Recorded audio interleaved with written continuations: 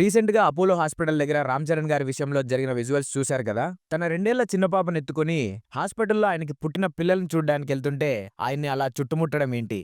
అభిమానం అంటే గుండెల్లో ఉండాలి, కానీ అది ఎదుటి మనిషిని ఇబ్బంది పెట్టేలా ఉండకూడదు. కనీసం ఆయనకి గాలాడే స్పేస్ కూడా లేకుండా ఫ్యాన్స్ ప్రవర్తించిన తీరు చూస్తే అసలు వీళ్ళకి బేసిక్ సెన్స్ ఉందా అనే డౌట్ వస్తుంది. అసలు అక్కడ అకేషన్ ఏంటి? ఆయన తన పర్సనల్ పని మీద వెళ్తే మీరు అక్కడ ఎందుకు అంత గుంపులుగా తయారయ్యారు? ఇంకా దారుణం ఏంటంటే అది ఒక హాస్పిటల్ అని కూడా చూడకుండా బయట టపాసులు కాల్చడం ఏంటి? అక్కడ ఎంతో మంది పేషెంట్లుంటారు, చిన్నపిల్లలుంటారు. వాళ్ళకి ఆ సౌండ్స్ వల్ల ఎంత ప్రాబ్లం అవుతుందో కనీసం ఆలోచించారా? ఇది అభిమానం కాదు, క్లియర్ గా చెప్పాలంటే మూర్ఖత్వం. ఇలాంటి పనులు చూస్తుంటే చాలా బాధగా అనిపిస్తుంది. హీరోలకు కూడా పర్సనల్ లైఫ్ ఉంటుందని మనం ఎప్పుడు గుర్తిస్తాం? ఒకటి గుర్తుపెట్టుకోండి, హీరోల కోసం వాళ్ళ వెనక తిరగడానికి మీ టైం ని, మీ లైఫ్ ని వృధా చేసుకోకండి. మీ హీరో కోసం ఇలా రోడ్ల మీద ఎగబడే ముందు ఒకసారి మీ ఇంటి గురించి ఆలోచించండి. మీ అమ్మా నాన్న ఎలా ఉన్నారు? వాళ్ళ పరిస్థితి ఏంటి?